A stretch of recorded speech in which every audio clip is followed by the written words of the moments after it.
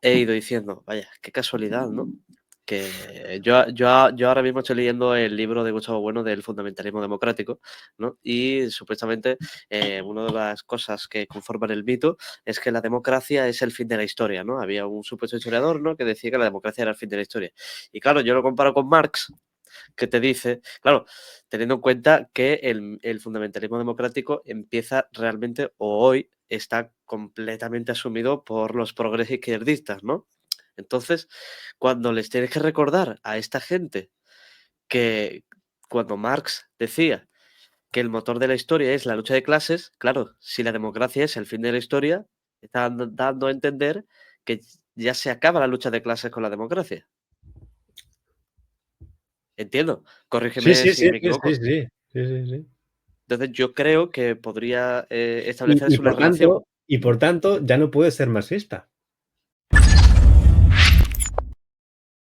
Vale, pues bienvenidos de nuevo a nuestro podcast de la Liga de los Comunes en esta pequeña casa y humilde. Hoy tenemos el placer de contar con un invitado estrella, principalmente en el campo teórico de la historia de España, Andy de Aventuras con Clio, también un canal que personalmente yo soy suscriptor desde hace bastante tiempo, he aprendido muchísimo con él, más que el propio instituto, sinceramente. Entonces es como entrevistar a alguien que es tu... Yo soy fan completamente de ti, tío, Andy. Así Pues, que, bueno, pues, muchas gracias. Me alegro de conocer a personas a las que les haya interesado el canal y espero aportar aquí cosas.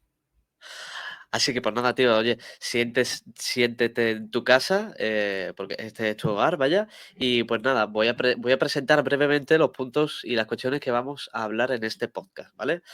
Nuestros telespectadores tendrán el placer de escuchar hoy a Andy sobre el siglo XIX español. Concretamente, la explicación de por qué se dieron sucesos tan importantes en nuestra historia de nuestro país y que principalmente en la educación que recibimos, por ejemplo, yo soy andaluz, el siglo XIX en la Comunidad Autónoma de Andalucía, en la institución, en los institutos públicos se da con bastante rapidez y creo que suceden cosas bastante interesantes que al descubrir yo el canal de Andy me alucinaron completamente y me dejaron boquiabiertos. ¿Cómo es posible que pasemos tan rápido de estas cuestiones? La geopolítica en el siglo XIX, tantos los errores como la transformación social que sufre España, el antes y el después de España en el siglo XIX. Así que, Andy, siéntete con total libertad y lo dicho, tío, bienvenido y esta es tu casa. Em, entonces, empezamos a hablar ya de esto que has comentado. Sí, si quieres, vamos a Vale, hacer, sí. si quieres hacer finalmente una breve autobiografía tuya así rápida, que si no, no hace falta, ¿eh? No te Sí, bueno, preocupes. yo sencillamente tengo formación como profesor de historia, pero profesionalmente he trabajado poco de ello. Tengo algo de hecho de divulgación en redes, he escrito alguna cosita, pero bueno, sencillamente eso, que estoy militando en Vanguardia Española, y bueno, yo creo que eso es suficiente para conocerme un poquito. Respecto a lo que estás comentando, me parece muy oportuno porque en el siglo XIX español se trata en lo que es la historia oficial, tanto la que se administra en la prensa mayoritaria como la que se administra en los institutos. Se trata de una forma breve, como tú has dicho, pero sobre todo marcada por una serie de grandes tópicos que tienen una importancia ideológica muy importante y que de una forma más o menos concienzuda han sido promovidas, a mi juicio, por lo que es el poder en España. Recientemente, pues lo que es la democracia del 78. Y no creo que sea una cosa andaluza. Yo, por lo que he hablado yo hice el máster de profesorado en Andalucía y por lo Vaya. que he hablado con compañeros andaluces, catalanes, más o menos estamos en todas partes igual. Y de hecho, cuando tú me planteaste esta charla, revisé apuntes que tengo yo y me di cuenta de algo que ya sabía, pero que es algo que me parece relevante, sobre todo si queremos darle importancia, que es, por ejemplo, el tema de lo que decías de la geopolítica, ¿no? Y yo estaba pensando, es que realmente cuando se nos enseña historia de España, cuando se piensa historia de España, o si tú coges libros de historia de España contemporánea, la política exterior no existe menos en la guerra civil. En la guerra civil de repente aparece.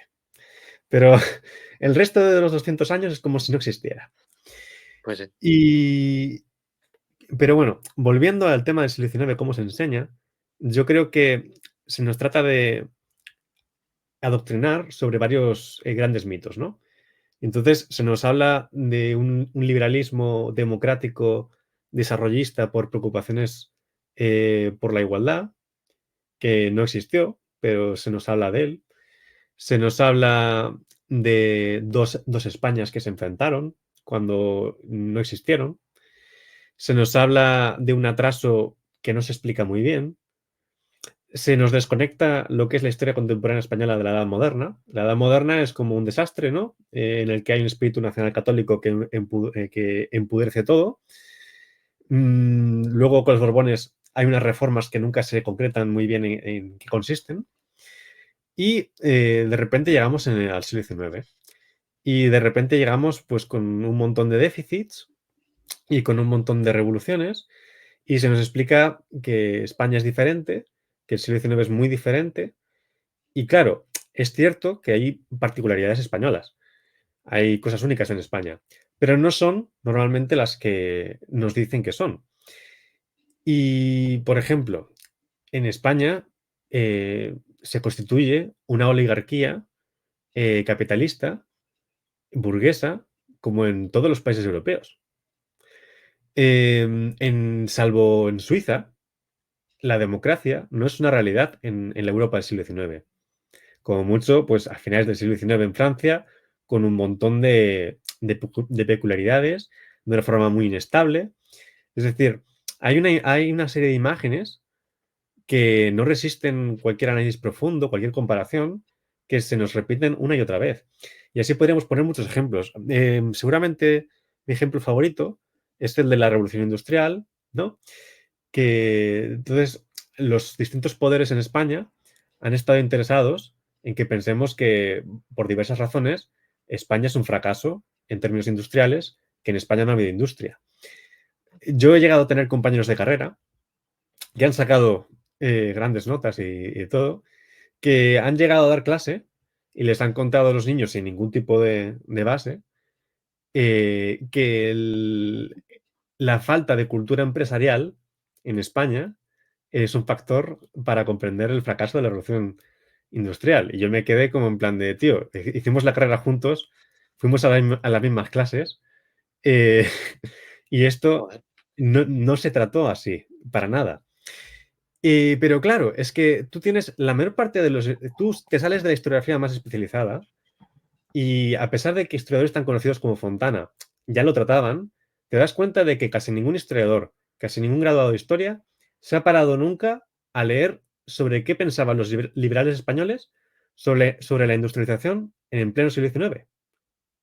Es que no se conocen, ni se paran a leerlo, ni se paran a pensarlo, ni nada. Y la cosa es que los liberales españoles no tenían interés en industrializar a España. Y esto lo decían ellos. Y lo argumentaban. Al margen de que también de que es falso, de que, por ejemplo, fue un completo desastre la propia industrialización, porque, por ejemplo, se nos explica la historia de España como si hasta que llega la República o hasta que llega Franco no tenemos ningún tipo de oportunidad de desarrollo, ¿no? Entonces es como los republicanos nos van a sacar del pozo o Franco nos sacó del pozo, ¿no? Y claro, luego uno consulta una historia económica de España seria y podemos hablar de Tafunel, podemos hablar de Tortella, podemos hablar de muchas historias económicas de España. Tú te encuentras con que a finales del siglo XIX la productividad industrial de España está un poco por encima de Italia y está un pelín por debajo de Suecia. Pero claro, en el siglo XX luego pasan un montón de cosas y nos quedamos muy atrás. Pero esos datos ahí están, son muy importantes. Pero bueno, yo me quedaría sobre todo con el tema de... Yo destacaría sobre todo el tema de los liberales y el interés por industrializar. Que se nos cuenta la película de que como que tenían un interés por desarrollar el país y que eso no ocurre y por tanto hay un fracaso.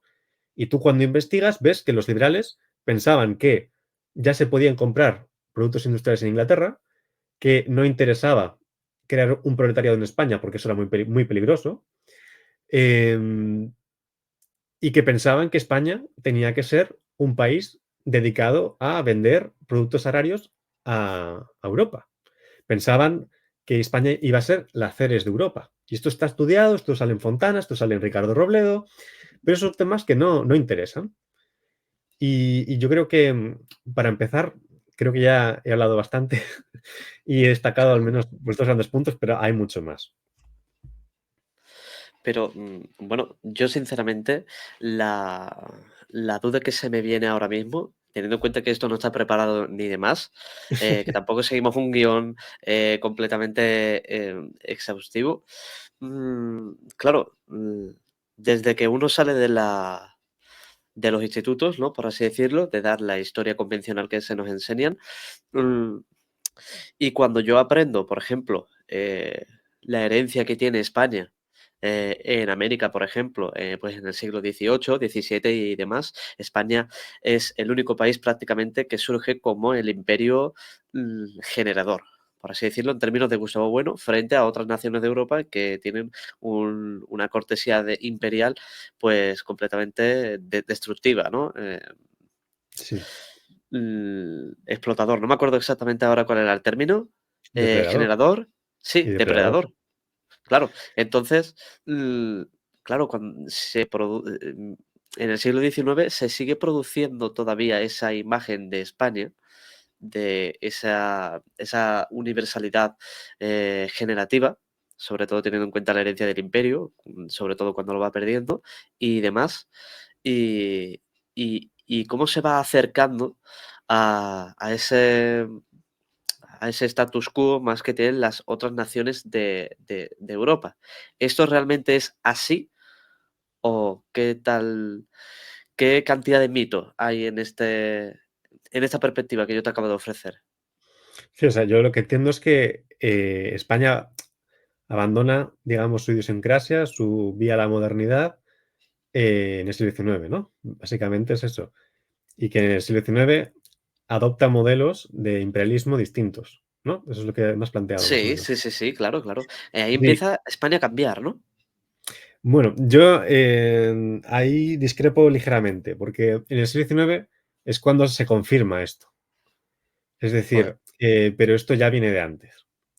Esto se puede rastrear, a mi juicio, a mediados del siglo XVII, que es cuando ya, digamos que el Imperio Español no rinde tanto como podría rendir o como se esperaba, que ya empieza a tener que negociar con sus enemigos y tiene que transigir. Yo, otra cosa que me gusta destacar en este problema es que no es que España entre en decadencia en el siglo XVII, pero España en el siglo XVII pierde mucha fuerza.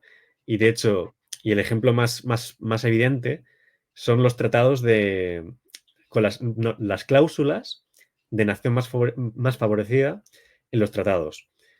Esta cláusula, que es una cláusula típica del imperialismo inglés y francés en el siglo XIX para reyes africanos o asiáticos, que implica que un país tiene que negociar todo al final con esta potencia con la que lo firma, con la metrópolis, y tiene que cederle cualquier tipo de ventaja y cualquier tipo de acuerdo al que llegue con un tercero. Es una cláusula claramente subordinadora. Esto aparece ya en los tratados que hace España con Inglaterra en el siglo XVII. Pero lo que te quiero decir es que, aunque esto entre en crisis en el XVII, esto no llega a plasmarse hasta el siglo XIX. Pero ya en el siglo XVIII hay importantes cambios que van en esta dirección. Y podríamos hablar de cuando, por ejemplo, las reformas borbónicas en América se diseñan políticas para que los indígenas, por ejemplo, del Perú y de Bolivia, paguen más impuestos que no pagaban antes, para comprarle armas a los estadounidenses. Y luego, además de la desarticulación de economías domésticas, rurales, pequeñas autarquías que había en el Imperio Español, para sencillamente abrir, digamos, lo que es la América Española al comercio. Entonces, yo creo que es un problema que viene de más largo, pero que no se confirma hasta el siglo XIX. Y esto se ve, por ejemplo, en Cuba.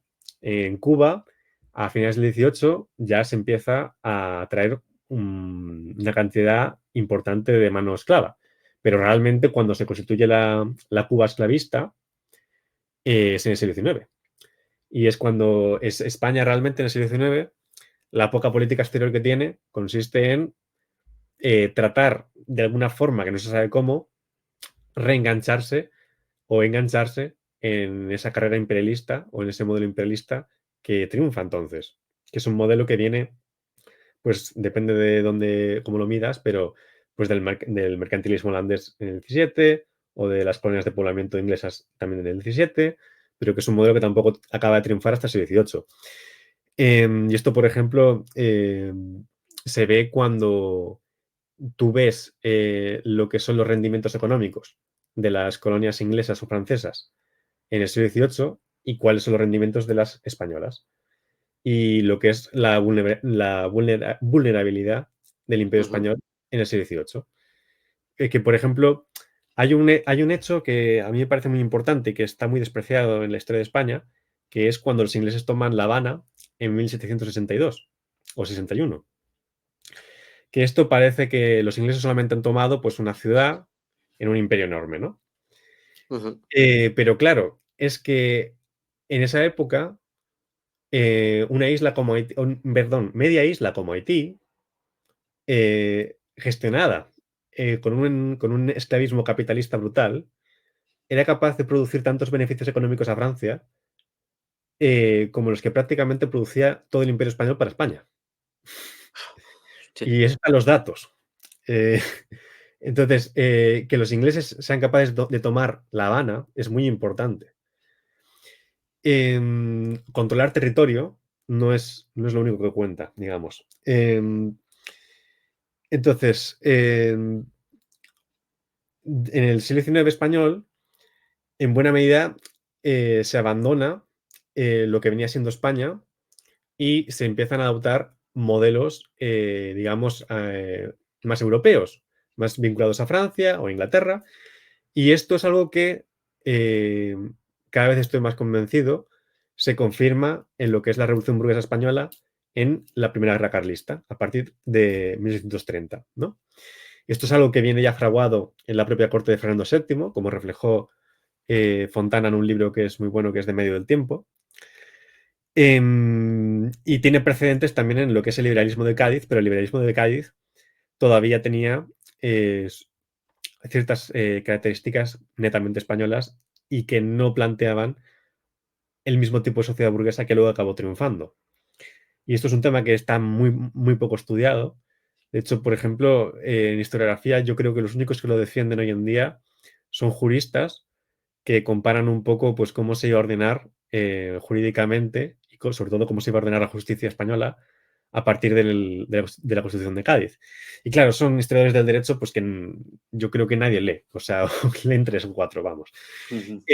Pero es algo que está ahí y yo, por ejemplo, tengo para La Razón Comunista un artículo en el que hablo un poco del liberalismo de Cádiz y pongo el ejemplo de unas leyes que se iban a tramitar en el trienio liberal que implicaban que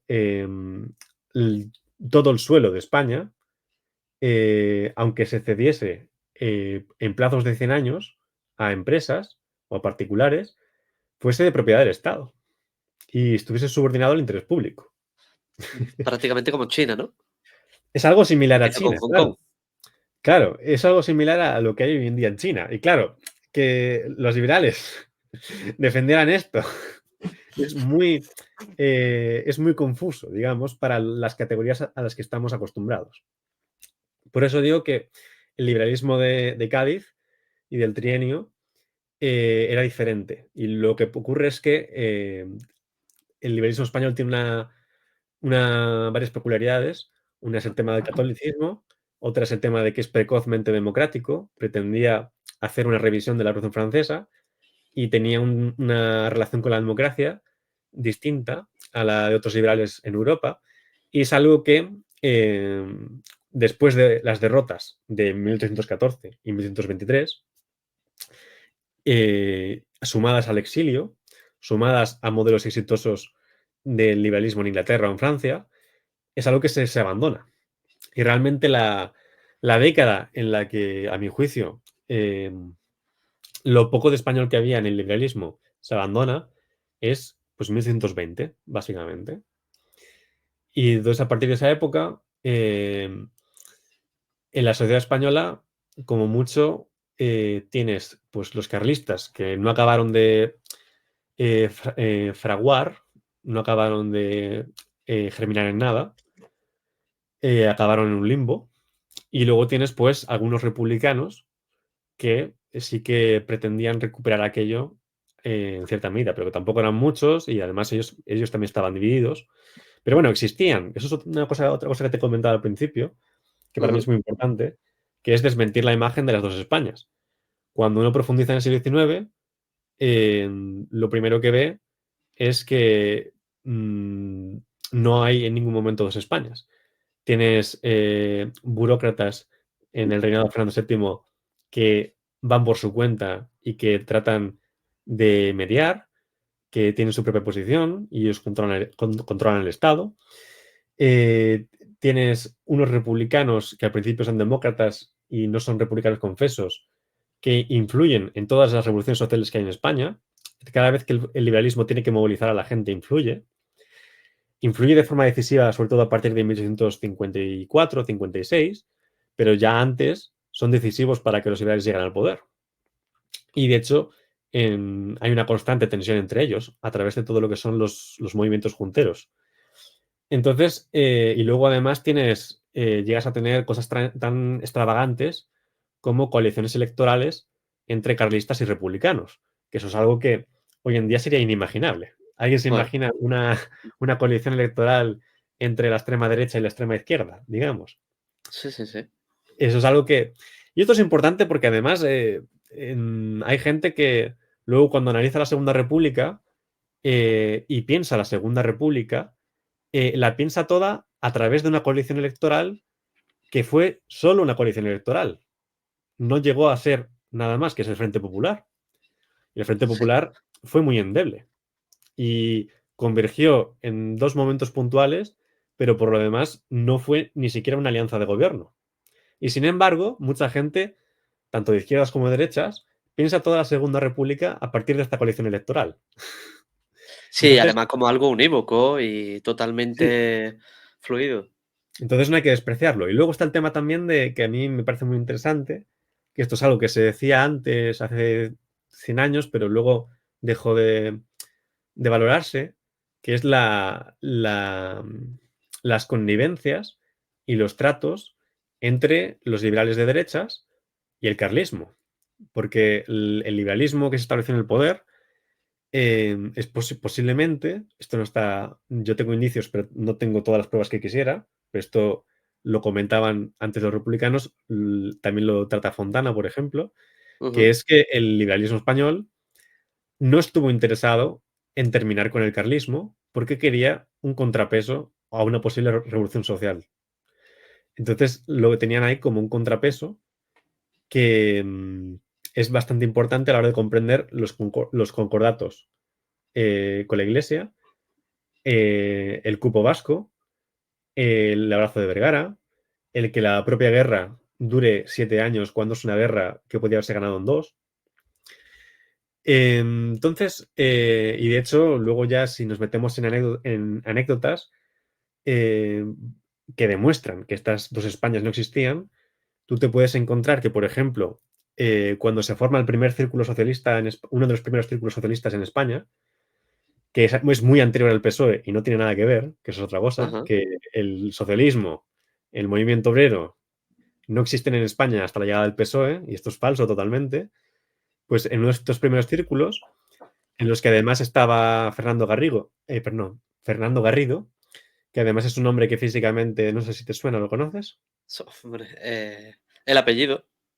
El apellido. Pero bueno, Fernando Garrido es muy curioso porque si tú ves una imagen de él, físicamente se parece mucho a Marx.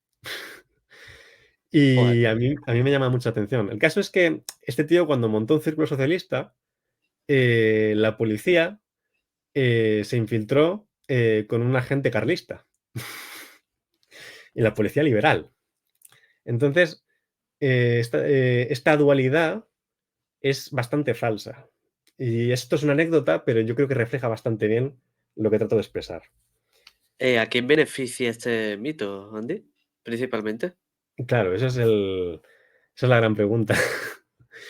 En, en su momento, benefició claramente al franquismo, porque trataba de explicar la historia de España como una especie de carrera hacia la guerra civil. Pero luego también se lo apropiaron los republicanos para expresar lo mismo, pero desde su perspectiva. Entonces, esto es bastante complejo y esto es un tema al que yo le estoy dando vueltas porque no acabo de dar con respuestas claras, pero yo creo que es un tema que luego la democracia de 78 ha tratado de perpetuar para dividir al pueblo español, básicamente. Igual que al franquismo en su momento le convino, que es dividir al pueblo en dos y hacer que Sí. la gente se preocupe de combatir a este enemigo en vez de desafiar al poder, digamos. Pero esto es un tema bastante complejo, ¿eh? Y yo no tengo, como te estarás dando cuenta, y se estará dando cuenta cualquiera, no tengo una respuesta clara para esto. Pero yo creo que hoy en día es evidente que cuando se hace política, desde un lado y desde otro, se trata de instrumentalizar esto para alienar al pueblo español. Yo eso creo que es bastante claro. Claro, al fin y al cabo, la historia nunca deja de ser un arma ideológica, ni va a dejar de serlo nunca. Y para eso está en buena medida diseñada y practicada. Claro, entonces, hombre, tiene lo suyo, ¿no? Porque siendo tú historiador, profesor de historia, no sé, ese es el choque, ¿no? Entre un ámbito más politológico, ¿no? Que sabe realmente que la historia es correctamente un arma ideológica, y unos supuestos historiadores que dicen que la historia no debe de tener, que debe ser neutral, por así decirlo, que los historiadores deben ser neutrales. Es el tipo de Javier Rubio Doncé, por ejemplo, el Villanueva. O sea, ¿tú qué Sí, sí, piensas pero sobre, que, sobre ello? pero que ellos son los primeros en utilizar la historia, además. Claro, claro. O sea, eso es un rollo cientificista que trata de... a ver, a lo mejor es pues por pura ideología, pero yo creo que es un ejercicio de manipulación.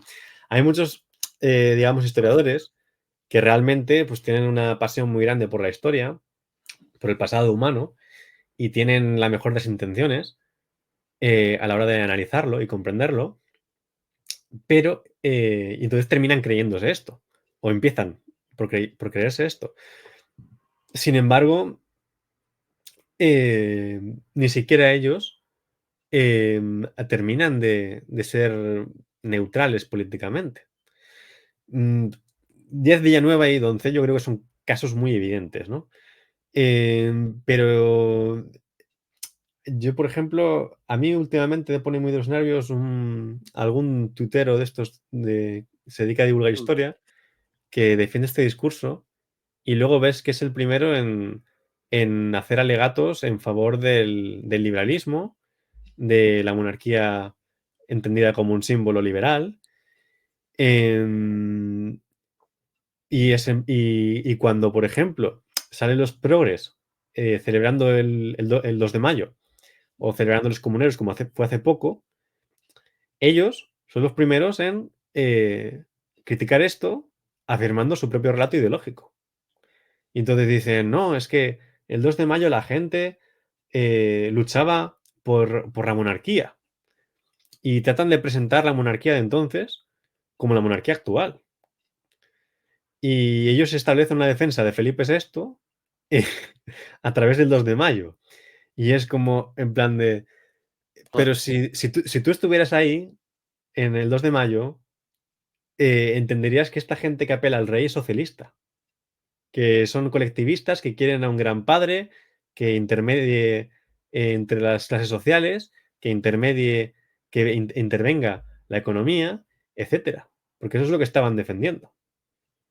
Es decir, un rey que intervenía y que mediaba en la sociedad y no en favor siempre de los poderosos, sino que trataba de buscar pactos, aunque luego en la práctica pues beneficiaba sobre todo a los poderosos, etcétera, pero no siempre. Y luego además hacía esta negociación. No se limitaba a que los poderosos negociaran directamente con los individuos libres, ¿no? Eh, joder. y luego además ves cosas, hay yo no tenía pensado hablar de esto, pero sí que cuando me preguntaste sobre el siglo XIX,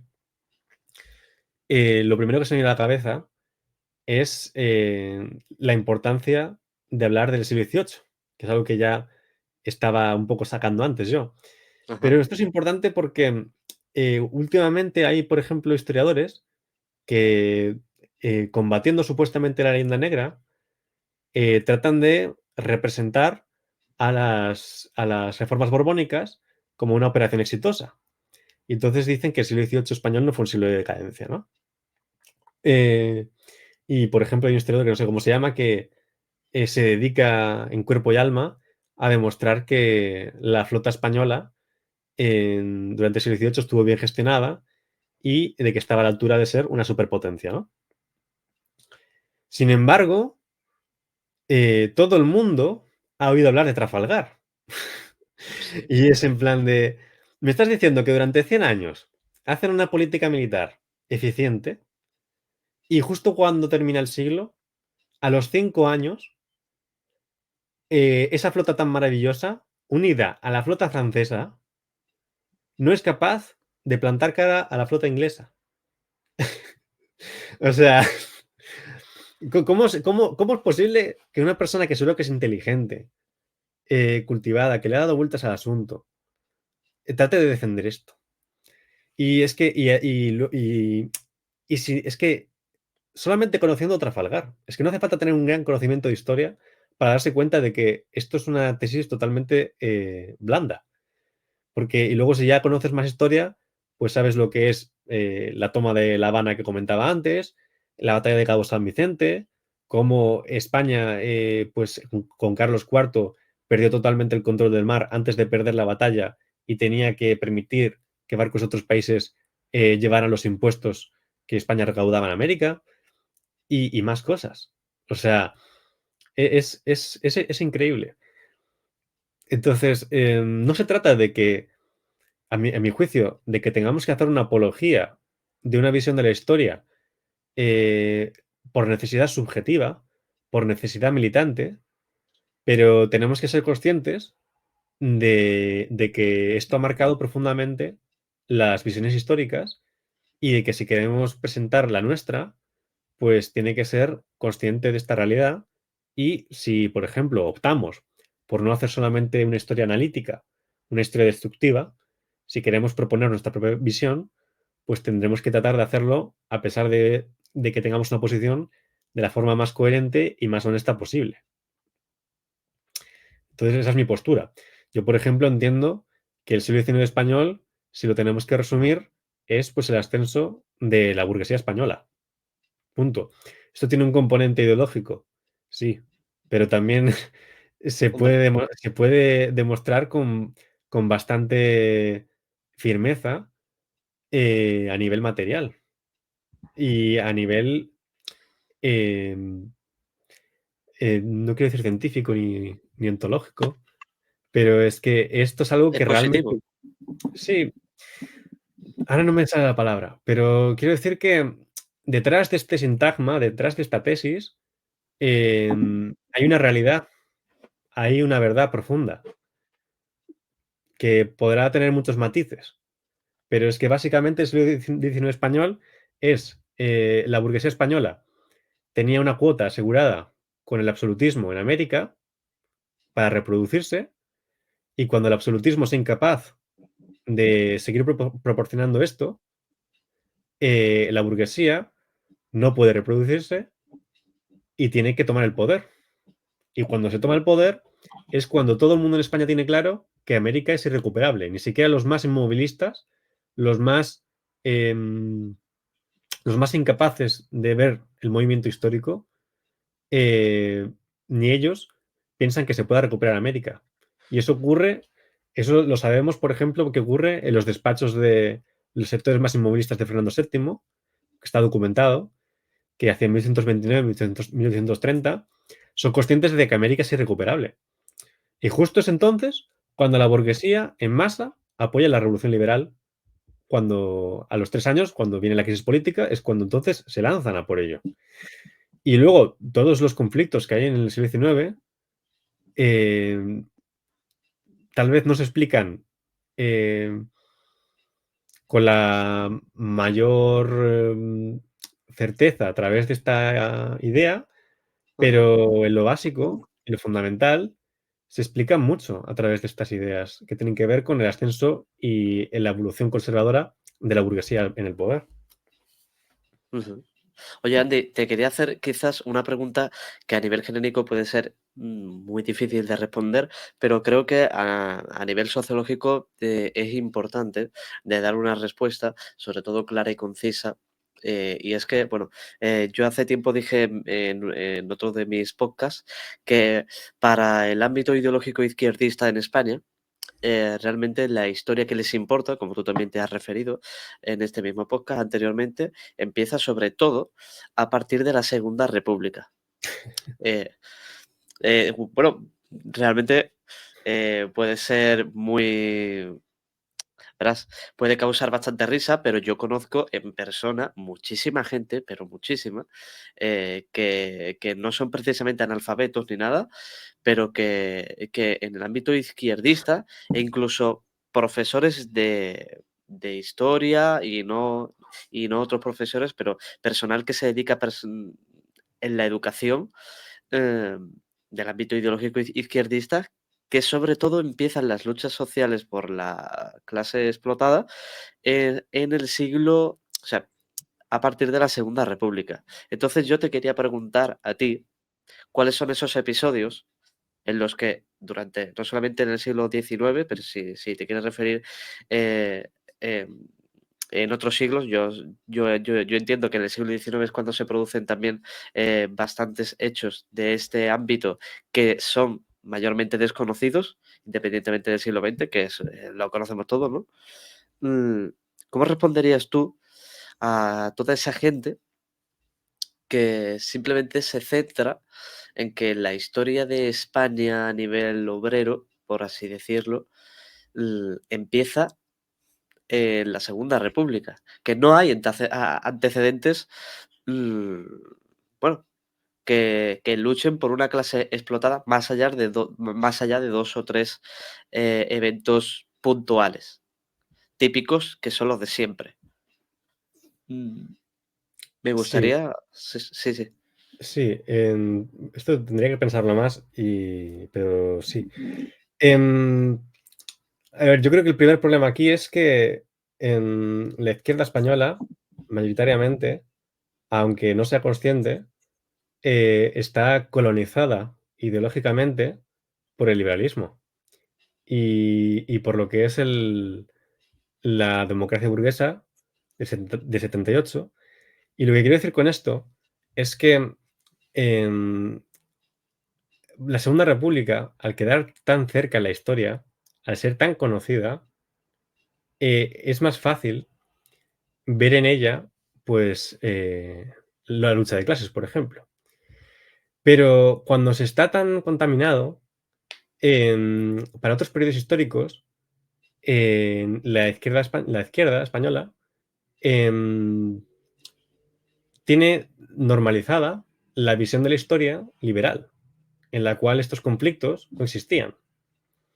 Entonces, convergen muchos factores. pero intento ser claro y conciso, ¿no? Em, pero en todos los eventos, en todos los procesos, en todas las revoluciones, en todos los cambios de gobierno tal vez no, pero sí, en el fondo sí. En todos los eventos políticos trascendentes en el siglo XIX, detrás, en el fondo, hay lucha de clases. Hay una lucha por la apropiación o por la distribución de los rendimientos del trabajo. O sea, em, para ponerlo en términos más claros, en la guerra de independencia, Ajá. aunque no se nos cuente, el hambre de personas a las cuales los señores feudales les ponían dificultades para cultivar, es algo que está detrás, siempre. Cuando está el 2 de mayo, cuando antes está el motín de Aranjuez, cuando se proclama la Constitución de Cádiz, hay un contexto de hambre en el cual los plebeyos están hasta las narices. Ellos no pensaban digamos, en traer una democracia burguesa, no pensaban en abolir el feudalismo, porque para ellos no tenían muy claro lo que era eso, pero ellos tenían claro que en España tenía que haber cambios y que tenía que haber cambios en la forma en que se relacionaban las personas en el ámbito social y económico. Y entonces, cuando se proclama Cádiz, la Constitución, es cuando más hambre hay y cuando más miedo hay por lo que pueden hacer los plebeyos. Tú cuando entran los franceses en Madrid, una de las cosas que dice Murat es: propietarios, venid a mí, que yo os protegeré. Esto no se explica. Esto no interesa que se explique. Pero esto es muy importante, porque cuando estalla en la guerra de independencia, la gente corriente no solamente mata al francés, sino que extorsiona, amenaza al explotador tradicional, que se asociaba con el godoyista, el que venía el que estaba enchufado por el régimen de Godoy. Entonces tú, cuando empieza la guerra de independencia, hay muchos casos en los que a estos funcionarios, a los que se asociaba con Godoy, se los cargan, los matan. Y esto, si tú lees en el siglo XIX, la gente se acuerda siempre. Ujú. Y de hecho, los primeros que hoy en día nadie quiere quitar la fiesta del 2 de mayo, ¿no? Pero en la Sí. izquierda española no hay mucha simpatía por esta fiesta, a pesar de algunos comentarios que hagan. Pero si tú te vas a 1905, ¿sabes quién quería quitar la fiesta del 2 de mayo? A ver. Antonio Maura, que es un líder de la derecha española, del Partido Conservador. Porque en esa época todavía se recordaba que la gente asociaba el 2 de mayo con una insurrección popular que desafiaba el poder y que desafiaba la jerarquía tradicional, la obediencia al poderoso, etcétera. Y entonces, cuando vemos los pronunciamientos, cuando se explican los pronunciamientos liberales que culminan con Riego, nunca se nos explica que detrás de eso hay una sociedad en la cual hay una mayoría de campesinos que, sin ser liberales, dicen que no van a pagar los impuestos feudales, el diezmo, los derechos del señor, etcétera, y se niegan a pagarlos. Eh, y de hecho llegan a privatizar tierras, los propios campesinos, que estaban usurpadas por las oligarquías tradicionales, que en teoría eran comunales, y ellos, en vez de tratar de resocializarlas, pues dijeron: pues las privatizamos directamente. Entonces, y eso es lo que Ricardo Robledo, por ejemplo, llamó la desamortización silenciosa, que es algo que tú te sales de 4 especialistas de historia agraria y es totalmente desconocido. Que la mitad de la tierra que se desamortizó se hizo antes de las leyes y se hizo por iniciativa de las movilizaciones sociales. Y a veces también por parte de ayuntamientos que estaban quebrados, que tenían la sociedad agitada y llegaban a un acuerdo para hacer esto por su cuenta. Porque aunque gobernase Fernando VII, las disposiciones legales, la idea que tenía él y su séquito de restablecer el feudalismo, no se compartían. Entonces, es muy importante, bueno, entender que aunque no sea muy conocido, tú Ajá. vas evento tras evento, este tipo de cosas ocurren. Tú vas a la guerra carlista y eso está en el fondo también. Tú vas a cuando viene el bienio, por ejemplo, el bienio progresista, tiene que ver con republicanos que movilizan estas inquietudes populares y las conducen para que haya un cambio de gobierno y para apoyar a un gobierno progresista que luego pues se va al garete, etcétera. Pero esto, esto está detrás de todo cambio político en la España del siglo XIX. Y realmente, aunque sea en menor medida, esto también pasa en la Edad Moderna, que aunque no nos lo expliquen, la lucha de clases, la lucha entre jornaleros y propietarios, entre trabajadores y patrones, esto es muy anterior al mundo moderno y a que haya conciencias socialistas, etcétera. Otra cosa es que, claro, la historia dominante, ligada pues al orden y ligada al liberalismo, pues trata de ocultarlo. Pero está ahí. Es como Don C, que antes me ha sacado, pero al final voy a hablar de eso. El otro día promocionaba una película que es la de Esquilache. No sé si la has visto. No, no lo he visto, tío. No. Bueno, pues si la ves, ten cuidado porque te puede dar algo. Porque es una película que el Don C la celebraba y es una película que, claro, si no tienes ni idea y te crees la historia que te han contado en el colegio y que te cuentan en la prensa, pues te cuadra, ¿no? Que es la de que pues el pueblo español es estúpido, es xenófobo y que cuando vinieron unos ministros europeístas a traerles la democracia y el progreso, pues se enfadaron porque les quitaban las capas. Y todo eso además estaba movido por una conspiración de fachas del partido español, que le llamaban, para amenazar a estos ministros.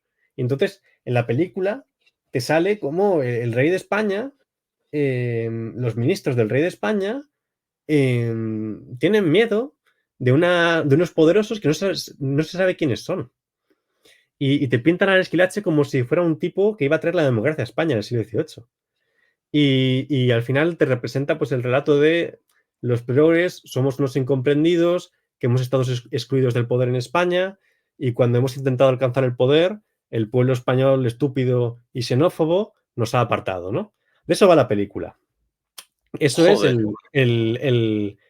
eso es el relato tradicionalista, luego evolucionado en el franquista, que es el de que el pueblo español era nacional católico, y aquí vienen unos ministros extranjerizantes, y luego es el relato que hace suyo el PSOE y que hace suyo la progresía. Y el Don C, que va de luchar contra la leyenda negra, ¿no? De hacer historia objetiva, tal, te habla, te dice, una excelente película, no sé qué. Y, Claro. porque te quiere vender el rollo de que los ministros del rey estaban reformando España, los ministros de los Borbones. Pero claro, es que cualquiera que profundice en el motín de Esquilache ve que el motín de Esquilache no iba de eso. O sea, sí que es cierto que había unos privilegiados que no estaban contentos con las reformas porque entendían que desestabilizaban la sociedad, pero el rey no estaba en oposición a ellos, el ministro no estaba en oposición a ellos y en ningún caso pretendía ni democratizar España, ni desarrollar España, ni nada. Y el tío se dedicaba a subir los impuestos, a subir el nivel, digamos, a liberalizar parte de la economía Ujú. para que, para que los burgueses hicieran dinero y subir los impuestos para financiar una guerra internacional en la que los intereses de España no estaban muy claros, en un contexto de sequía, en un contexto de malas cosechas, cuando la gente se muere de hambre, en ese contexto tú permites que los precios de la vivienda suban, que los precios de la comida suban, etcétera. Abandonas el resorte tradicional de la economía moral que establecía que en tiempos de carestía el propietario no podía cobrar un precio abusivo, tú eso lo quitas. Y claro, la gente se revela y es que la gente es facha, ¿no? es que la gente se oponía al progreso, ¿no? Que esto sale, es que hay incluso historiadores progres, bueno, historiadores Ujú. no, politólogos progres, como Villacañas, que intenta, dentro de sus limitaciones, comprender la historia de España, ni siquiera él ve en el motín de Esquilache eso, porque es insostenible. Pero si profundizas en otras fuentes, verás como no tiene ningún sentido. Y de hecho, por ejemplo, esta gente cree que la gente era ignorante, ¿no? Y que estaba mandada por el clero y que obedecían órdenes de esta conjura facha, ¿no? Pero claro, tú luego vas a la fuente de la época, vas a alguien que se molestó en preguntarle a la gente por qué estaba ahí, por qué estaba en la calle protestando y que se conservó, y te dicen, mire, es que nosotros pensamos que el rey está permitiendo que hay unos ministros que se pasen por el forro la Constitución de España. Y decían Constitución de España. Eso es textual. No estoy traduciendo ni estoy interpretando. Hablaban porque entendían que España tenía una constitución que tenía que impedir estos abusos que estaban ocurriendo. Pero claro, según la historia liberal, las constituciones, el derecho, no existen hasta que llegan ellos.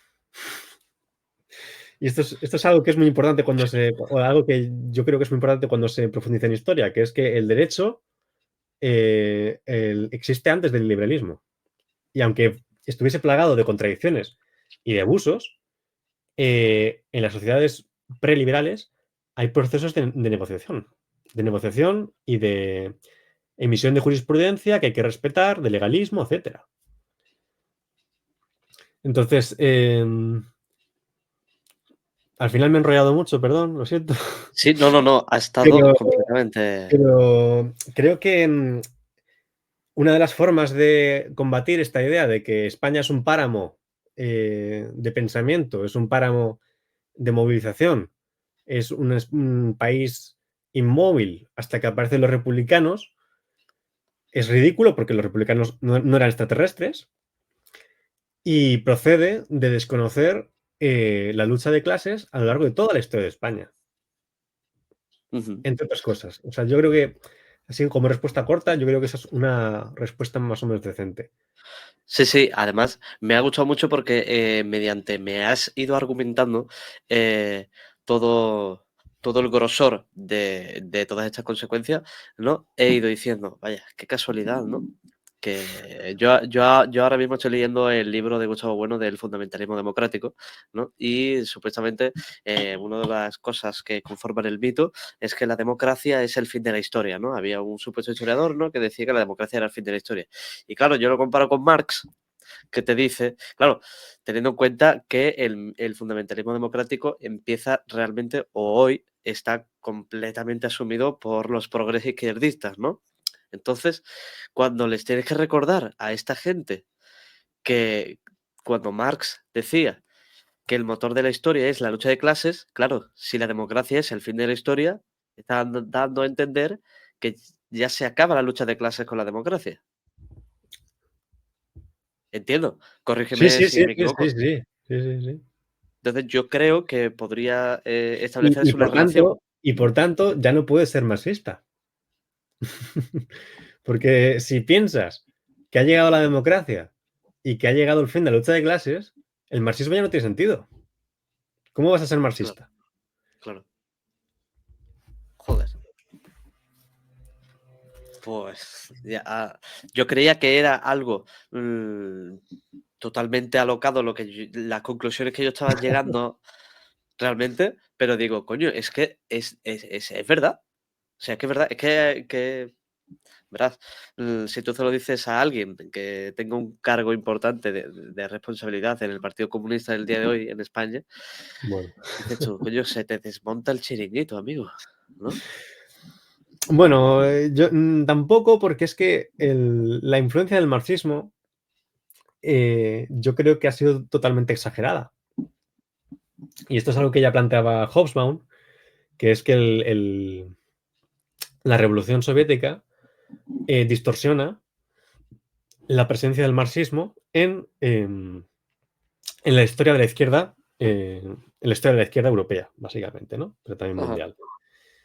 Y claro, es que hay mucha gente que cree que es marxista y no lo es, y no pasa nada, pero es que sencillamente no lo es.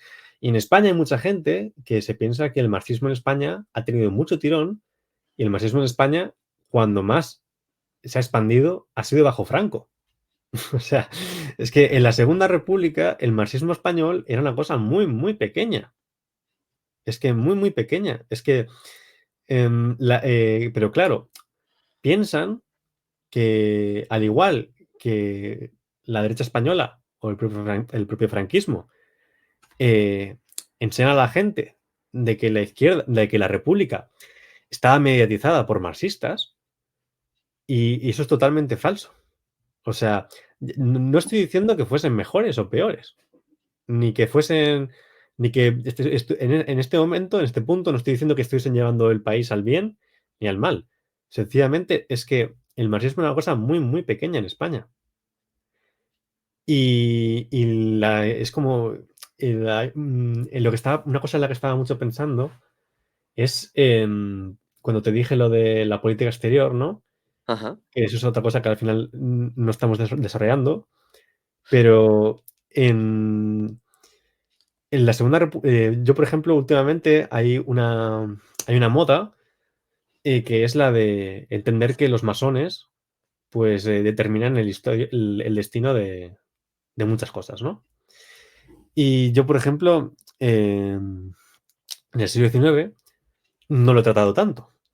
No he podido profundizar, pero en la República sí que he profundizado en este tema de la masonería y las relaciones con Gran Bretaña, etcétera. Y es que es tan, tan ridículo y sin embargo tiene tanta pujanza. Es en plan de, no, los republicanos eran agentes de Inglaterra, ¿no? Claro, luego tú vas a las fuentes y te encuentras con que en Inglaterra, en el servicio de inteligencia, en el asunto, en el Ministerio de Exteriores, dicen, uy, los republicanos son un peligro, esta gente quiere quitarle las tierras en Andalucía al duque de Wellington, esta gente quiere seguir comprándole petróleo a los rusos, porque la Segunda República continuó, por ejemplo, las compras de petróleo de Primo de Rivera a los rusos para no depender del petróleo inglés. Ajá. Y claro, dices, si son agentes de Inglaterra, ¿por qué no cogen y le compran el petróleo más caro a Inglaterra en vez de comprárselo a Rusia? Luego, por encima, la importancia de la política exterior, que no aparece hasta la Guerra Civil. Y claro, vale, a lo mejor puede tener algún tipo de justificación lógica porque era una política exterior muy pobre, ¿no? Pero esto nos lleva por ejemplo, no ser críticos con los republicanos. Porque los republicanos, hasta que no estuvieron en guerra, y en una guerra a muerte, hasta entonces, nunca, jamás quisieron hacer una alianza internacional antifascista. Que esto es algo que les habría convenido a ellos. Además, si el fascismo era tan fuerte, era tan amenazante, y además los republicanos sabían perfectamente que la Italia de Mussolini daba cobijo a los monárquicos y a José Antonio. Y de hecho, hay un rumor de que Azaña les dijo a los italianos, dejad de financiar a esta gente y yo no pido internacionalmente, perdón, rechazo internacionalmente las sanciones a Italia por la invasión sangrienta en Etiopía. Y esto es un rumor, pero por ejemplo vamos a cosas que sabemos que son ciertas, ¿no? Ajá. Los ingleses, cuando Mussolini invade Etiopía de forma salvaje y amenaza pues con expandir su imperio, los ingleses de repente empiezan a darse cuenta de que Mussolini y Hitler pueden ser un peligro. Y empiezan a pensar en rearmarse y empiezan a pensar en establecer alianzas. Y le dicen a los republicanos, mira, eh, es muy importante controlar el Mediterráneo, eh, ¿por qué no hacemos un tratado por el cual, en caso de guerra con Italia, podemos usar los puertos españoles para guarnecernos? Si los republicanos hubiesen buscado una alianza antifascista, y hubiesen sido conscientes del peligro internacional que corrían, porque luego cuando estalla la guerra, Inglaterra le pone la zancadilla a la República, Claro. pero justo antes te habían ofrecido algo parecido a una alianza. Y si, por ejemplo, la República hubiera negociado esto, incluso más cosas, a lo mejor los generales que se levantaron el 18 de julio no lo hubiesen hecho. Porque, uno, Italia no iba a apoyar igual a los sublevados si tenían que pasar por delante de la Royal Navy. Y segundo, porque los generales estarían más tranquilos de que los republicanos no son filobolcheviques, porque están haciendo tratos con Inglaterra. Esto es al margen de, por ejemplo, que yo ideológicamente, cualquiera que me siga, no sé qué, sabrá que pues yo soy hostil a Inglaterra, que soy más filosoviético, etcétera. Pero cuando tú analizas lo que es la política exterior de un Estado, conforme a sus intereses, etcétera, dices, ¿esto no habría sido más interesante? O por lo menos valorarlo.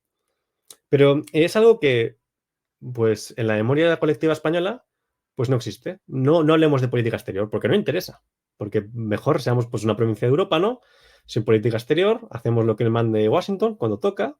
De vez en cuando, pues tenemos un presidente que hace cosas estrafalarias, pues como brindar al sol por Palestina, aunque luego eso no se traduzca en nada, ¿no? Pero no interesa reflexionar sobre esto. Y España, aunque, por ejemplo, durante la Segunda República no tuviese grandes posibilidades en política internacional, aparte de esta oportunidad que he comentado, hubo un momento en el cual en la diplomacia española fue portada en todo el mundo, que es cuando es la invasión de China por Japón, que ahí Salvador de Madariaga, la Sociedad de Naciones, intenta proponer un plan alternativo y ambicioso que es parecido a lo que luego ha intentado hacer la ONU en las últimas décadas, que es el de que colectivamente los distintos países intervengan, manden a un representante a Japón y pongan sobre la carta la posibilidad de intervenir militarmente para evitar pues, esta masacre humana que está haciendo Japón en China, ¿no? Y eso lo propuso Salvador de Madariaga, representando a la República, eh, de forma original en el contexto internacional. Si por ejemplo, el tema es que la República, por ejemplo, tuvo una postura exterior de neutralismo pasivo que a veces se convertía en activo, ¿no? Pero era principalmente pasivo. Pero vamos, la cosa es que ahí hay unos hechos que invitan a una reflexión y a un cuestionamiento de la política española pretérita y de la presente, y por lo tanto de la futura también. Pero son cosas que, pues, que no interesan, ¿no? Pero que yo creo que son bastante relevantes para comprender lo que ocurrió y, por supuesto, para comprender lo que pasa. Oye, te has referido anteriormente a que, bueno, hemos tratado algunos asuntos de la propia política exterior, que precisamente esta es la última de las cuestiones de la que vamos a tratar en nuestro podcast, y es, antes te referías a que, por lo que sea, que tú me lo vas a explicar ahora, ¿no? España abandonó en una gran medida, realizar una cierta política exterior. Entonces, Mm. claro, yo quería decir yo te quería preguntar abiertamente, mm, ¿cómo que se abandonó? Es decir, ¿por qué se abandona? ¿Quién insta a los gobernantes de España a que abandonemos nuestra propia política exterior cuando hemos sido parte de la historia del universal del mundo? Tan importantes, porque la historia de España es una cosa del mundo. Sí, sí. O sea, esto a una persona que evidentemente le interese en cualquier medida, ¿no? La historia de España, que diga, ¿cómo ha pasado España de ser parte de la historia del mundo y ahora de buenas a primeras sus gobernantes abandonan el interés de su política exterior? Es una pregunta muy pertinente y muy difícil de responder. Brevemente, yo lo que te diría es que sencillamente hacer una política exterior española se convirtió para las élites españolas en algo muy difícil de hacer. E intento explicarme. Cuando el imperio entra en crisis, pues a mediados del 17, en el 18, se decide que lo más sabio es hacer una política de conservación del status quo. Esa es la aspiración que hay. Ajá. Pero se hace negociando con la principal potencia rival, Inglaterra, y se hace subordinando la propia política española a la otra gran rival de España, que es Francia. Entonces, tú conservas tu imperio negociando con quien quería apropiarse de él.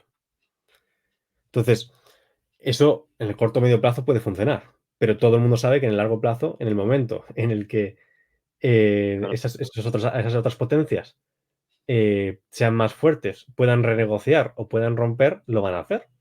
Es su interés. Y la cuestión es que ese momento terminó llegando. Y claro, tú te pasas el siglo XVIII siendo tan exitoso según algunos, dependiendo de Francia e Inglaterra, pues cuando Francia e Inglaterra ya no les interesa mantenerte, pues te quitan de en medio. Y eso es lo que se hace a principios del XIX. Entonces, lo primero que ocurre es que este plan salta por los aires y tú entras en la modernidad siendo un país que era una potencia, sin ningún tipo de recurso para ser una potencia y siendo un Estado fallido. Que esto es lo que ocurre en 1808. En 1808, Napoleón invade España porque España se estaba convirtiendo en Estado fallido y por eso tenía la connivencia de gran parte de las élites. Y esto es lo que dicen luego los informes de inteligencia de Fernando VII. Es que los franceses tomaron España porque llevábamos 10 años sumiéndonos en la anarquía social. Huelgas, descontrol, crisis económica, hambre, un comercio que estaba totalmente saboteado, etcétera. Una hacienda que estaba quebrada. Y entonces tienes por lo menos un periodo de 30 años marcados por esta situación de estado fallido. Y cuando sales de ahí, te encuentras con que hay un sistema imperialista constituido frente al cual, pues tú poco puedes hacer. Porque tienes que ponerte al día, no es sencillo, y además estás dominado por una clase cuya prioridad no es esa, es si ellos pueden reproducirse en ese marco, pues se adaptan a él. Y la política exterior, por ejemplo, del 19 es muy escasa, pero refleja esto. O sea, hay una voluntad de reengancharse, de engancharse al imperialismo, pero no es consecuente. Y es algo consciente. En América, por ejemplo, hay una intervención menor, y luego en el país que más se hace, con el que más se hace diplomacia es México, pero sencillamente para que en México haya un régimen lo más conservador posible, que no toque las narices al esclavismo en Cuba. Y ya está. Luego tienes una operación en Vietnam muy breve para conseguir que en el fondo te metes en Vietnam con los franceses para conseguir trabajadores semiesclavos en Filipinas, poco más. Luego vas a Marruecos. ¿Y cuál es el choque entre España y Marruecos en 1860? Que antes, durante y después, el embajador inglés dice, vale, tú puedes intervenir, puedes conseguir un trato comercial como el que ya tengo yo, pero al rey de Marruecos no lo tocas. Esto lo dice la embajada inglesa, porque si no tendrás problemas, porque no puede ser tú que ahora vengas a quedarte con un trozo de África y después qué.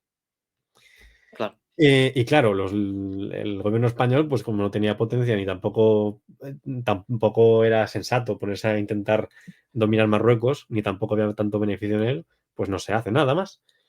Pero vamos, luego tienes el sexenio revolucionario, en el cual los problemas internos absorben la política española, Y de política exterior, pues ahí ni siquiera sé qué pasa. O sea, es que ni me suena haber leído nada sobre el tema.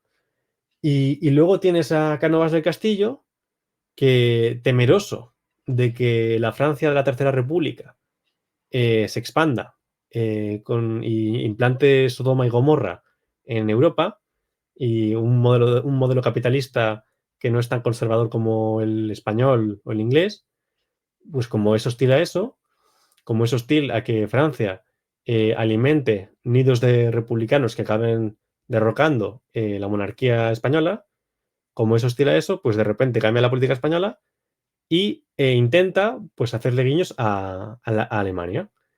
Y las islas estas que consigue Alemania, que a algunos le sonarán, islas que consigue Alemania en el Pacífico a finales del 19, Sí. en buena medida es una cesión de España pues para intentar hacer guiños y hacer migas con Alemania. Pero que es una política que no tiene mucho sentido y que no tiene continuidad, por ejemplo. Y luego ya en el principios del siglo XX, pues aparecen ideas, ¿no? Aparece el hispanismo cultural, o emerge más bien, pero no, es muy difícil plantear una política exterior propia defendiendo, digamos, el régimen burgués. No, es muy complicado. Entonces, se deja en un segundo plano. Y luego, cuando ocurre la Primera Guerra Mundial, España es uno de los primeros países en los que toma fuerza el europeísmo, porque también es el primer país europeo que pierde totalmente su imperio colonial. Es decir, España pierde Cuba, pierde Filipinas, que no es que sea una excepción, sencillamente es que estamos yendo por delante de la historia en ese momento. Eso es lo que le va a ocurrir luego a los demás. Los demás, Claro. cuando se crean en Europea, es cuando Francia, Alemania, etcétera, Italia renuncian o no son capaces de dotarse otra vez de un imperio. Y entonces España, la conclusión a la que llega mucha gente es que hay que integrarse o adaptarse a ser a una provincia de Europa. Hay un... pero vamos, la política exterior española es muy pequeña. Hay una cosa muy extravagante, pero que tenía cierto sentido, pero que se hace de forma inconstante y anecdótica, pero que a mí me parece interesante, que es, por ejemplo, anexionar Portugal, ¿no? O incorporar a Portugal. Esto es algo que es un sueño de algunos españoles de diverso tipo, tanto pues de la derecha liberal como de la extrema izquierda republicana, pero que tiene algo de fuerza cuando sucede la revolución en Portugal, cuando aparece la República Portuguesa. Entonces, pues Alfonso XIII y algunos de sus ministros tienen la fábula de que no, tienen el delirio, digamos, Ajá. de pedirle permiso, de preguntarle a Inglaterra, oye, ¿me dejas que me quede que conquiste Portugal y me quede con sus colonias? Y Inglaterra es en plan de, mira, a mí, ¿cómo te voy a dejar hacer eso? ¿Eres tonto qué? Es que, no, pero es que la República Portuguesa puede generar una situación de anarquía social y establecer el socialismo, no sé qué. Estamos muy lejos de esa situación. Cuando ya, más adelante ya veremos, ¿no? Efectivamente en Portugal no hubo ni la sombra de la revolución social, pues esto se quedó en nada, papel mojado. Y de hecho, el catalanismo, a mí me gusta mucho un libro que habla de cómo el catalanismo, cuando adquiere fuerza, es tratando de venderle a Alfonso XIII la idea de que convertir a Cataluña en una nación puede ser una fórmula para constituir un imperio ibérico y quedarse con Portugal y sus colonias. Entonces, constituir un imperio, y esto llegan a decirlo algunos nacionalistas, dividamos España en tres naciones, ¿no? Portugal, Castilla y Cataluña. Y eso es una idea que se plantea, pero que no es muy fantasiosa y que no llega a ningún lado.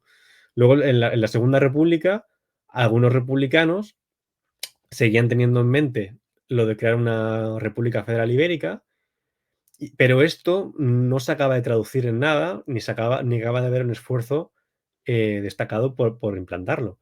Pero es un rollo importante, relativamente importante, porque la gente no se da cuenta, por ejemplo, de que Esquerra Republicana cuando apareció, era un partido que pensaba que Cataluña tenía que ser una nación dentro de un conjunto de naciones que era Iberia. Y de hecho, el hermano de Franco, no sé si lo sabes, estuvo en Esquerra Republicana y cuando planeaban sus conspiraciones para proclamar un estado en Sevilla, la idea que tenían era que Sevilla se convirtiera en un estado y que luego se fueran propagando aquello como en la revolución esta de los soviets en Alemania a finales de la Primera Guerra Mundial para constituir una España federal desde distintos puntos, ¿no? Entonces, el Estado sevillano, andaluz, luego Cataluña, luego no sé qué Castilla, luego Portugal, etcétera.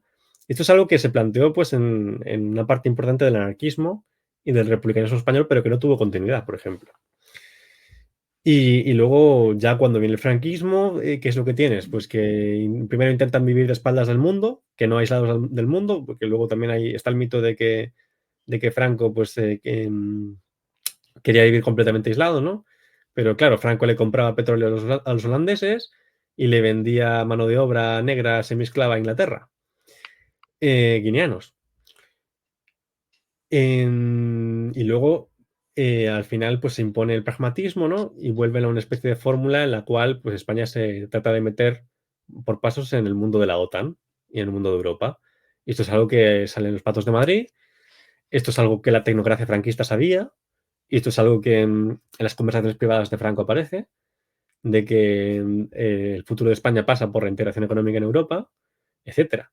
Pero de todas formas, también el propio franquismo inicial, la idea que tiene es subsumirse en una Europa nazi, o sea, en una Europa fascista, en la cual pues compartiéramos el imperio, etcétera, pero que eso pues quedó muy pronto abandonado, ¿no? Pero yo creo que el tema es que en el marco burgués y en cualquier marco es muy difícil, teniendo este legado tan pesado de haber participado en la historia universal, de Pues sí. plantear una alternativa que no sea ser absorbido por tus vecinos poderosos. Básicamente. No sé si me he enredado mucho otra vez, pero bueno. No, sí, sí, ha estado completamente genial, Andy, desde luego. Hombre, yo sé que tienes todavía muchísimas cuestiones de las que tratar y de las que a mí me encantaría tratar, pero bueno, ya sabes que por cuestiones de tiempo ya llevamos 1 horita y cuarto. Bueno, yo simplemente te voy a decir, yo estoy completamente encantado, la verdad, con esta pedazo de charla que me has dado. Em, ¿Tienes algo que se te ha quedado en el tintero? ¿Algo que deberías haber comentado antes o algo? Tal vez, pero prefiero no pensarlo. Como ciento y medio, ¿no? De cosas. No, no, a lo mejor hay alguna, pero es que me pongo a revisar las notas y me salen más ideas, no sé. Yo Claro, creo que con claro. lo que, hemo- Hombre, con lo que, come- con lo que he comentado, espero que la gente intente esforzarse en superar el desorden expositivo que he presentado y que trate de apreciar pues, las cosas de interés que consideren y que les sirva de algo para replantearse cosas o para repensar cosas, etcétera. siempre, sobre todo porque son preguntas que a lo mejor pueden parecer muy sencillas, pero realmente son muy difíciles de responder. Eh, Claro. Entonces, bueno, evidentemente cuestiones hay para un segundo y un tercer podcast que a mí me encantaría que tuviéramos algún día, si te apetece y demás. Sí, Espero a que mí te sí haya me coincide, sentido. sí, a mí sí me Ujú. coincide que ahora estoy bastante libre, pero si me coincide más o menos, tú dime, porque yo lo que pasa es que dejé el canal un poco el mío, porque no me acabo de centrar, porque tengo más cosas en mente, etcétera, pero bueno, para cosas más distendidas tengo bastante disponibilidad. Y lo agradezco porque es que si lo hago por mi cuenta, aunque tengo muchas cosas en la cabeza, acabo pues dispersándome o acabo dejándome absorber por la actualidad, porque un día pasa una cosa, hay un circo, ¿no? Entonces te viene, puede ser pertinente hablar de esto, pero es que a los 3 días hay otro circo. Claro, Y a los otros 3 días hay otro circo. imposible. Y no acabo de querer dedicarle tiempo a estas cosas y entonces pues acabo dejándolo.